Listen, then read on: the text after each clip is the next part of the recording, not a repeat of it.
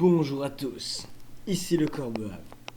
Et certes, cette vidéo, au final, je ne sais pas si elle arrive avant ou après le mois d'août, mais en tout cas, ce qui est important, c'est qu'elle arrive. Et cette vidéo, ce n'est pas n'importe quelle vidéo. C'est une vidéo où je vous présentais tout simplement 6 Pokémon que j'espère, enfin qui je l'espère, c'est bien quand je parle français, c'est quand même mieux de parler français. Donc qui, je l'espère, vont méga évoluer dans Pokémon Soleil et Lune. Parce que oui, Pokémon Soleil et Lune, tout ça c'est très bien, génial, génial. Oh oui, il va y avoir une synergie peut-être, on ne sait pas, ça c'est bien. Mais en tout cas, il y a un truc qu'on est sûr qu'il va y avoir, c'est des nouvelles méga évolutions. Et donc, je vais parler de 6 Pokémon que moi personnellement j'ai très envie de voir méga évoluer. Alors pourquoi 6? Parce qu'à la base je pensais faire un top 10 des Pokémon que j'ai envie de méga évoluer, que j'ai vraiment envie de voir méga évoluer. Et en fait, en y réfléchissant bien, jamais je devais vraiment exclure ceux ou enfin en exclure pour diverses raisons, tout simplement. En fait, j'arrivais à 9. Mais le truc, c'est que j'arrivais à 9 en comptant les starters de G. Et les starters de G, oui, je voulais les mettre. Mais ça, c'est parce que j'adore la 2G. La 2G, c'est ma génération préférée, donc forcément, j'ai envie de voir mes starters préférés méga évoluer. Oui, c'est mes starters préférés.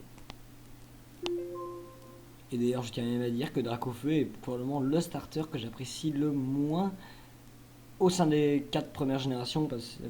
Enfin, non, il doit être devant Torterra quand même, mais voilà. Parce qu'au niveau de la 5ème génération, mis à part Serperior, enfin, le, non, j'ai dit son nom en anglais, ceux qui le savent ont compris. Euh, le starter plante de la 5G, mis à part son aspect stratégique, je l'aime pas plus que ça. Et Et la 6G, je les connais pas bien, je connais pas suffisamment, j'ai pas pris assez le temps de vivre avec eux, etc.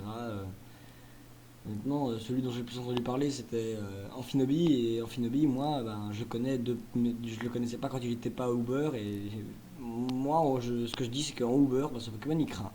Donc voilà. Donc passons tout de suite directement aux 6 Pokémon que j'ai vraiment envie de voir méga évoluer. Et ce sera présenté sous forme de top, donc ce sera dans un ordre croissant de celui des 6 que j'ai le moins envie de voir méga évoluer, mais que je reste à avoir très envie de voir méga évoluer, jusqu'à celui que j'ai le plus envie de voir méga évoluer. Alors, donc, le Pokémon dans ces 6 que j'ai le moins envie de voir méga évoluer, enfin donc, le 6ème Pokémon que j'ai le plus envie de voir méga évoluer dans Soleil et Lune, c'est Sorbouboule. Sorbouboule, eh bien, c'est un Pokémon de la 5ème génération, type glace, etc. Ça, tout le monde le sait, j'ai pas besoin de le préciser, etc. Mais en fait, Sorbouboule, il a des trucs pas mal. Globalement, en fait, il a une bonne attaque spéciale, c'est à peu près tout ce qu'il a. Mais avec une méga évolution, je ne sais pas, il pourrait obtenir une vitesse correcte, ce serait pas compliqué, booster son attaque spéciale, lui donner une capacité spéciale qui pourrait être cool. Bon, peut-être pas peau gelée parce que ça ferait un peu redondant avec Mega Oniglali, mais il y a moyen de faire des trucs bien, hein, du genre, je sais pas, une capacité spéciale qui fait que les attaques glace, les attaques glace lancées par ce Pokémon seraient, par exemple, ne puissent pas être résistées, tout simplement. Donc, qui aurait un boost quand elles ne sont pas efficaces, et donc au final, qu'elles ne seraient pas résistées. Ça peut être sympathique. Mais, enfin, elles pourraient être résistées par les résistances doubles, mais ça, c'est un autre détail. Ou alors, je sais pas, il y aurait moyen, par exemple, de lui donner un double type. Il y aurait moyen. Par exemple, j'en vois pas beaucoup à part le type acier, en fait, mais je me dis aussi qu'une glace au métal, ça doit pas être très bon. Du coup, je vais retirer ce que j'ai dit. Il est très bien comme ça, on va pas lui rajouter un type.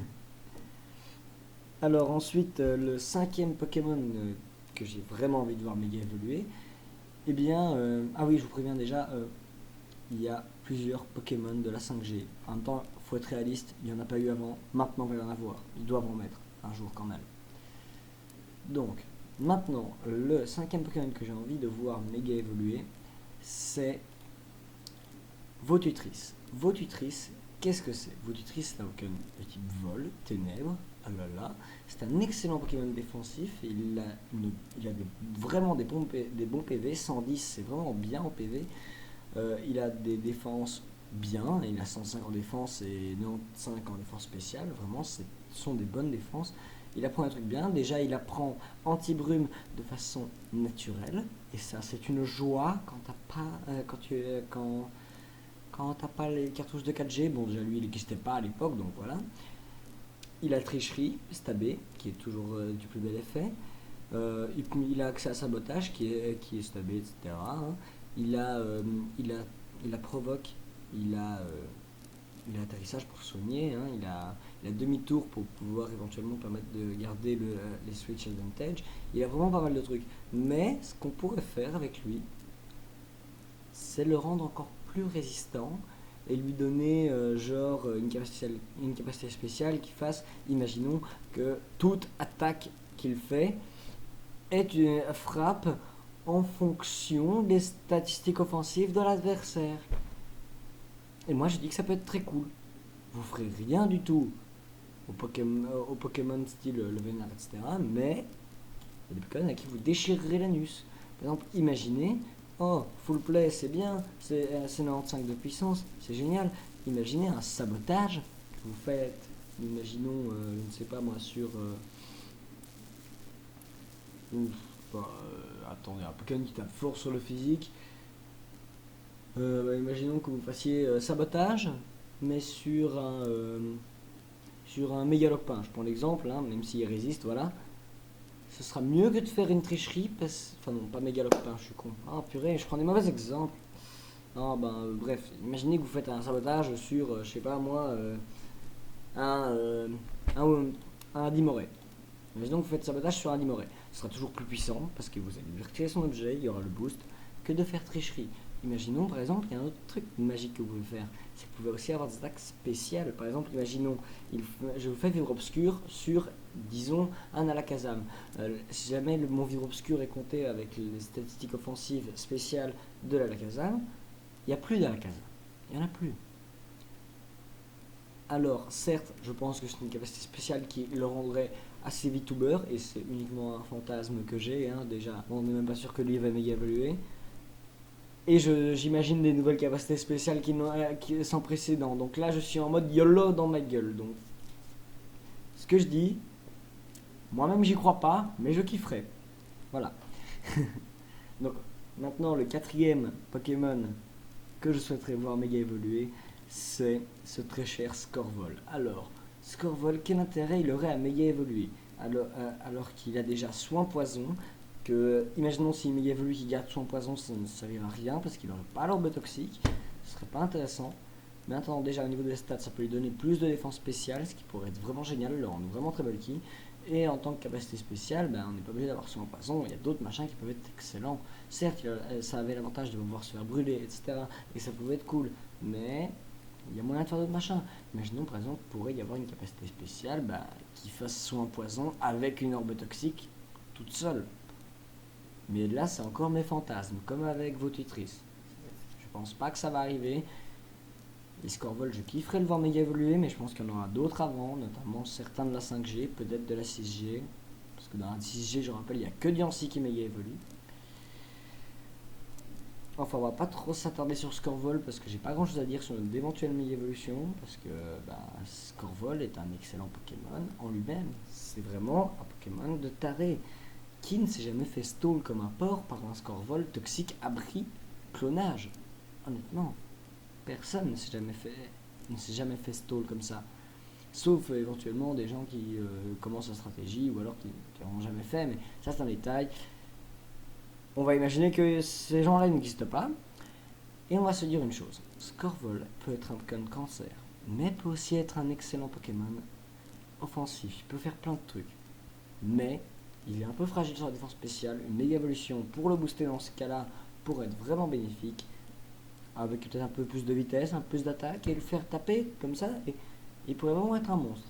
Enfin bref, ça serait mon plaisir. J'adorerais ça parce que Scorvol est un Pokémon que j'aime beaucoup. Et non pas pour son aspect stall. Moi je le joue Flying Spam, mais c'est génial.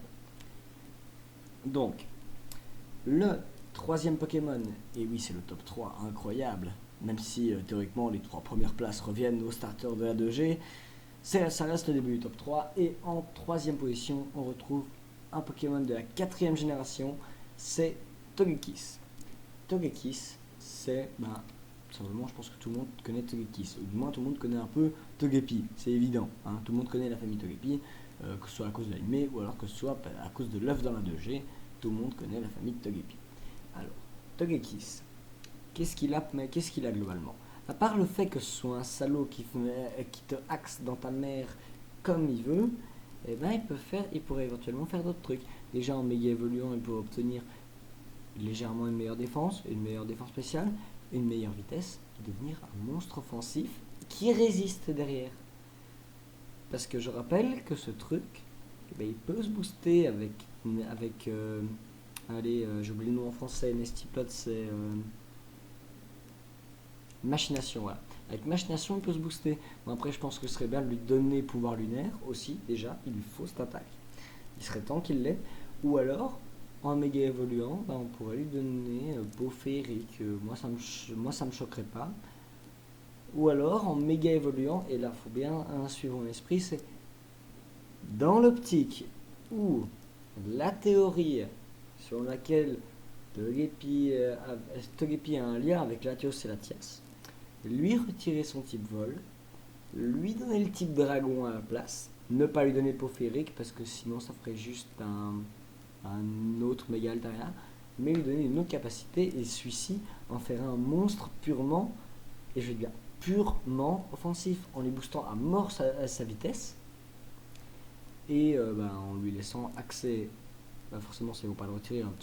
Au pire, on en fera venir dans une génération, tout en lui laissant un move pool aussi riche, parce qu'il a quand même un move pool de taré, et on le verra pourtant souvent jouer avec, comme seule attaque offensive, Tranchère, ce qui est quelque part très dommage, parce que ce truc apprend un truc de taré, il apprend Aura Sphère, il apprend Lance-Flamme, il apprend Nœud d'Herbe, il apprend Heatwave, enfin voilà, il apprend Psycho, Choc Psy, il apprend Ballombre, il apprend plein de choses géniales. D'ailleurs, il apprend triple attaque. Honnêtement, je pense, moi, jamais ils le font méga évoluer, qu'il a peau féerique, même imaginons qu'il n'ait pas le type dragon, ça, je jouerai triple attaque dessus. C'est mieux que mégaphone à ce niveau-là, parce que 20% de chance de faire un statut au hasard sans compter le sommeil, c'est méga fort. Et ça peut être très cool. Donc voilà. En deuxième position, attention, c'est le dernier Pokémon de la 5ème génération de ce petit top personnel. Je le rappelle, c'est totalement personnel. C'est un Pokémon personnellement que j'adore. C'est un Pokémon que je trouve trop mignon et en même temps trop cool dans le principe. C'est un peu un sous-Crustabri, mais middle, c'est bien évidemment Pashmia. Vous l'avez tous compris, parce que moi j'ai parlé de sous-Crustabri, mais la différence c'est que Pashmia, lui, on l'appelle aussi le dieu du axe. En tout cas, moi je l'appelle comme ça, parce que moi je trouve que c'est le dieu du axe. Une petite roche royale, et c'est parti. Vous êtes parti pour faire avec multi-coups, que ce soit avec Plumequeux, avec Balgraine, ou alors avec Bullrock. Ouais. Oh purée, j'ai retrouvé le nom en français de Bullrock, waouh! Donc, que ce soit avec une de trois attaques, vous avez 50% de chance de flinch, jamais vous êtes plus rapide. C'est juste immense. C'est pas du niveau Togeax, mais c'en est pas loin.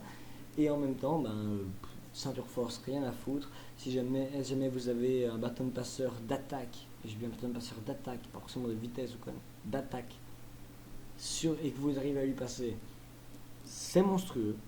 Faites attention en priorité aux Pokémon plus rapides, mais c'est monstrueux, sans déconner, ça défonce des mamans dans tous les sens. Et bien évidemment, comme méga évolution, tout simplement, pas besoin de chercher très loin, vous laissez Skill Link, hein, c'est sa marque de fabrique un peu quand même, booster son attaque, sa vitesse, et il va être infâme. Infâme, honnêtement. Plus besoin du King's Rock, certes, vous taperez suffisamment fort, parce que je rappelle qu'une méga évolution, c'est 100 de base stat en plus. 100 de base stat pour les répartir. Bon, il est possible qu'ils en foutent une partie en attaque spéciale, ce qui s'avère absolument à rien, on est d'accord. Reste que ça veut dire en moyenne 20 statistiques 20 points par statistique. En supposant qu'ils vont mettre une pour rien dans l'attaque spéciale. Ça nous ferait quand même 135 de vitesse, ce qui est pas mal, je crois que c'est comme Mégalopin. Et ça nous ferait aussi 100 115, 115 d'attaque, ce qui serait déjà beaucoup plus suffisant, parce que vraiment, les attaques avec multi-coups, c'est violent. Ça revenge kill comme un dieu. Si mais en plus il a un boost de vitesse comme ça, ça va vraiment devenir un des meilleurs revenge killers du jeu, clairement. Voilà, si je lui donne méga évolution, je pense qu'elle sera très puissante, parce que ce Pokémon paye pas de mine. Il est tout mignon, il est tout beau, etc. Oh, ouais, qu'est-ce qu'il est mignon. Mais il peut vous déchirer vos mères. Et après avoir déchiré vos mères, il peut les enterrer. Et quoi de mieux que d'enterrer vos mères en les déchirant avec une belle petite méga évolution. Mais bon, nous allons avoir fini avec Pachimia. Nous allons maintenant arriver au numéro 1 de ce petit top. Le numéro 1, le seul, l'unique, le Pokémon que j'ai vraiment envie de voir une méga évolution de lui pour une bonne raison. Ce Pokémon n'a aucune capacité spéciale, enfin talent, réellement utile pour ce qu'il est. Ce Pokémon, malgré ça, arrive à être un Pokémon monstrueux. Je parle de Dimoré. Dimoré. Alors, Dimoré, quelles sont ses capacités spéciales? Dimoré, ses capacités spéciales sont pression, inutile pour un Pokémon uniquement tourné offensif tel que lui, et pickpocket. Pickpocket, ça vole l'objet d'un ennemi qui vous tape si jamais vous n'avez plus d'objet. Ça peut être pratique, jamais vous jouez ceinture force, mais sinon globalement c'est très rarement utile et finalement en fait on gardera pression sur showdown et on fera même pas attention sur console parce que on s'en fout un peu parce que c'est pas génial.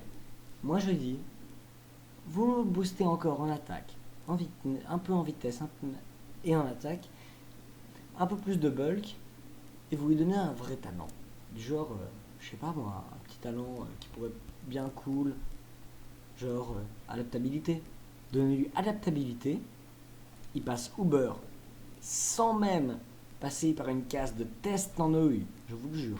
Vous me faites un méga Dimoré mais qui tape plus fort, plus vite, et avec adaptabilité, Dimoré ne sera plus, Méga Dimoré ne sera jamais en overuse, jamais. Il passera directement en Uber sans même qu'on se pose de questions. C'est évident qu'il faudra le mettre en Uber. Sauf s'il change sabotage, s'il remet sabotage comme sabotage était avant, là on pourra moins parler. Mais non, jamais il obtient une adaptabilité. Là je continue à le dire, c'est une idée personnelle. Voilà. S'il remet sabotage comme sabotage était avant, même avec tranche nuit, il aura de quoi exploser des gueules, il aura toujours poursuite, il aura toujours chute de glace et une bonne petite priorité. Vraiment, je pense que s'il faut un méga Dimoré, il sera forcément très fort, parce qu'il faut quand même le dire, Dimoré est un Pokémon apprécié par la communauté, très fort malgré un handicap. S'ils le font méga évoluer et qu'ils comblent son handicap en même temps, oubliez-le. Parce que ceux qui ne jouent pas au beurre ne le joueront jamais. Mais voilà, ça c'est mon avis, ça c'est ce que j'aimerais qu'il arrive. Ça c'est des spéculations énormes et gigantesques. J'ai très apprécié d'imaginer déjà quel Pokémon j'avais envie de voir méga évoluer. Vraiment, ça a été un peu un travail sur soi et en fait, au final, je me suis un peu retourné, non pas vers des Pokémon que j'ai spécialement beaucoup joué d'un point de vue stratégique. Bon, il y en a certains que j'ai beaucoup joué d'un point de vue stratégique, il y en a d'autres beaucoup moins, notamment Sorboboule, d'un point de vue stratégique, je ne l'ai jamais joué, il faut pas déconner, et je le vois bien que ce Pokémon il pue. Mais c'est un Pokémon que j'ai beaucoup aimé la première fois que j'ai fait Pokémon blanc, oui, c'était blanc que j'avais. La première fois que j'ai fait Pokémon blanc, quand j'ai vu qu'il y avait le principe d'un Pokémon que c'était une glace, je trouvais ça tellement marrant parce que faut quand même le dire, ceux qui gueulent en mode ah mais ça c'est un trousseau de clés, ça c'est une glace. Je vous rappelle quand même que tas de morphes c'est un tas de morphes. Tout le monde s'en fout de ce que c'est un Pokémon. Les Pokémon c'est n'importe quoi. Les Pokémon c'est tout ce que tu peux voir, ça peut être un Pokémon. Et ça le principe, c'est que c'est balèze parce que ça peut être n'importe quoi. Si on est prêt à accepter Métamorphe, Tanmorph, Voltorb, des trucs comme ça, mais qu'on refuse Sorboboule, moi je dis what the fuck. Et donc, moi Sorboboule, je lui ai donné une grande place dans mon cœur, c'est un Pokémon que j'aime beaucoup. D'ailleurs, quand j'avais fait Saphir Alpha, quand j'ai obtenu, je me suis fait un Sorboboule pour faire l'aventure. J'avais aussi un Karchakok stratégique à côté, mais je m'étais fait un Sorboboule. Et je l'avais bien aimé. J'aime beaucoup Sorboboule. Et je pense. Et vraiment, même si, clairement, c'est pas un des Pokémon que j'ai le plus envie de voir méga évoluer, parce que forcément, Dimoré, il a une place énorme dans mon cœur. C'est aussi un de mes Pokémon préférés. Déjà à la base, ben, Farfuré vient de la 2G. Déjà, ça fait un gros point pour moi, parce que la 2G, comme je l'ai dit au début de vidéo, c'est la vie. Mais en plus, Dimoré, il est arrivé, il a fait, voilà, Farfuré était un Pokémon un peu faible. Je suis là pour remonter le niveau. Et il l'a fait. Et il est surprenant, vraiment. Vous connaissez beaucoup de Pokémon qui ont des capacités inutiles, mais qui sont super forts quand même. En même temps, c'est grâce à deux choses, hein, c'est Ténèbres Glace et le boost de sabotage. Voilà. Mais voilà, c'est quand même la classe. C'est quand même la classe. Donc voilà, je vais vous laisser. Je vais dire au revoir.